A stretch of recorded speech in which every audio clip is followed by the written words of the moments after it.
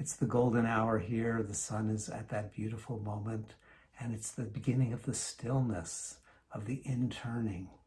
And as we meditate, as we cultivate our deeper contemplative practice and turn within to seek a source of inner guidance, it's natural to discover not one voice, but many voices, even a cacophony of voices, which can be confusing.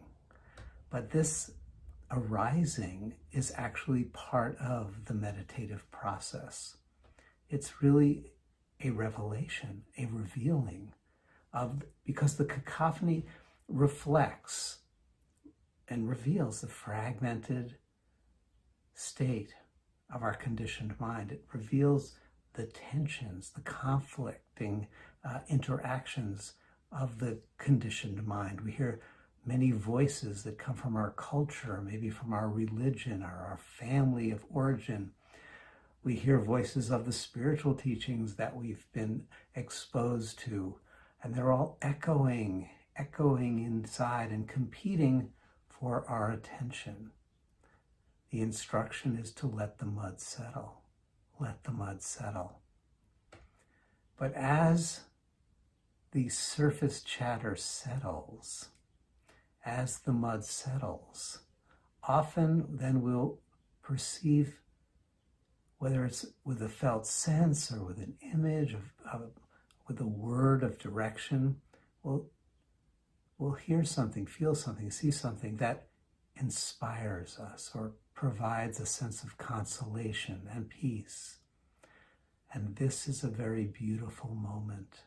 It's a moment that invites us to a deeper level of discernment.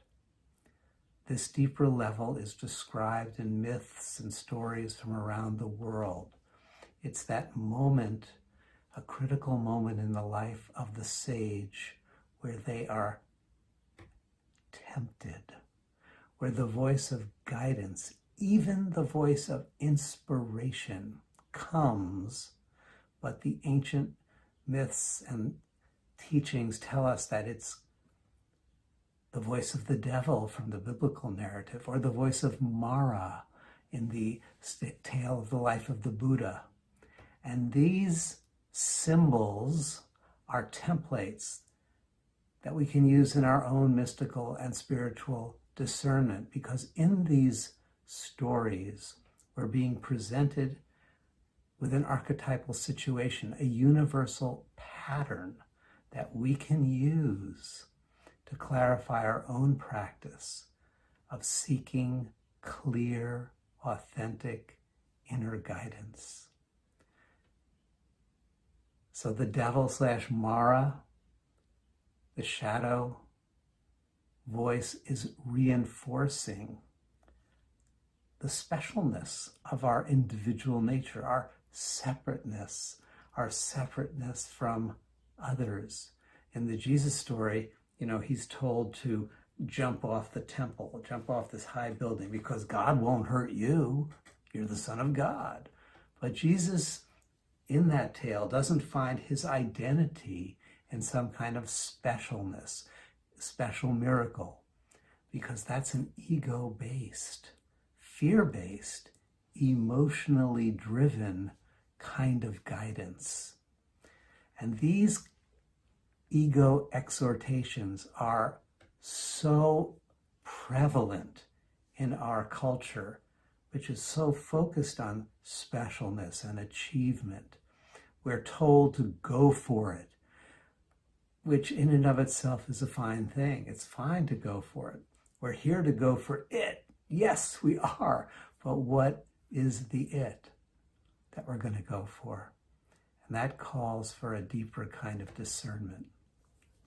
So when we hear the motivational, histrionic, and heroic voice, that's really a key symbol, the heroic voice. It's time to pause, be still, and tune in. Pay attention to the body. How does it feel in your body? And notice and cultivate your capacity to discern the difference between what Joseph Campbell called your bliss, following your bliss, and the physicality, the sense of a more strident, a more inflated energy that we could call the motivational high. There's a difference between that grounded, whole embodiment of bliss and the kind of upward trajectory of the motivational high.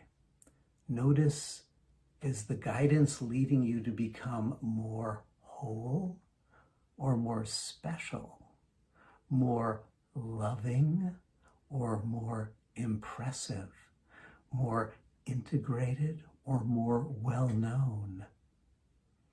Because guidance that promises us specialness or extraordinary status is rarely the guidance that comes from the soul.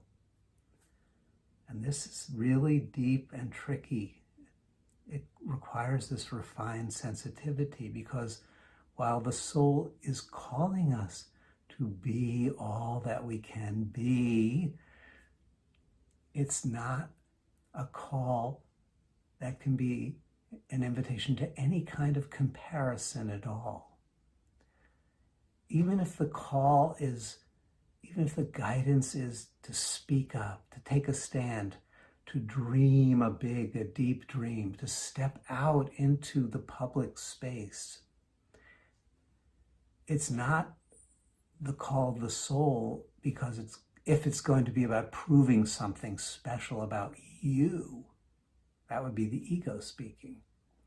It's not about seeking to compensate for any kind of incompleteness, imagined incompleteness.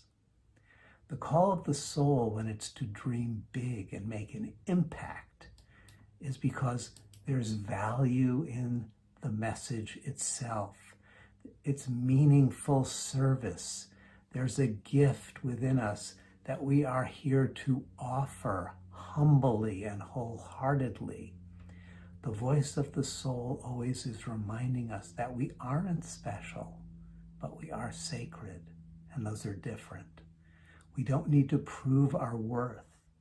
Rather, we are called to recognize the infinite worth of every being, including ourselves, and to wholeheartedly embody that precious reality in the nitty-grittiness of our everyday life. Now, karmically, our situation, it may place us on a public stage, or it may place us at the bedside of a child. And neither of those is more holy. Both. The socially recognized situation or the invisible hidden situation are both and all invitations for us to embody love and to be agents of grace in the world. So as the mud settles, as we let the mud settle, the grandiosity settles as well. And that's a clue as to whether we're listening to the soul or the ego. Grandiosity, even in its subtlest forms, begins to settle down, and we relax into the inherent love that is life.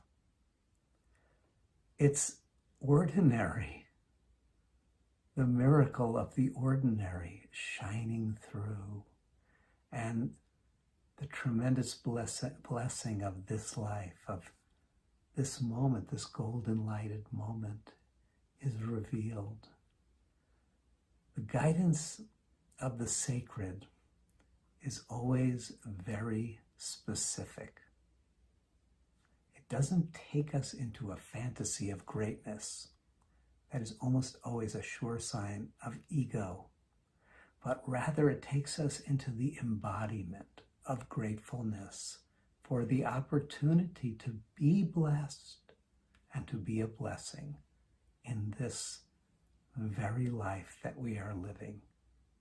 here and now.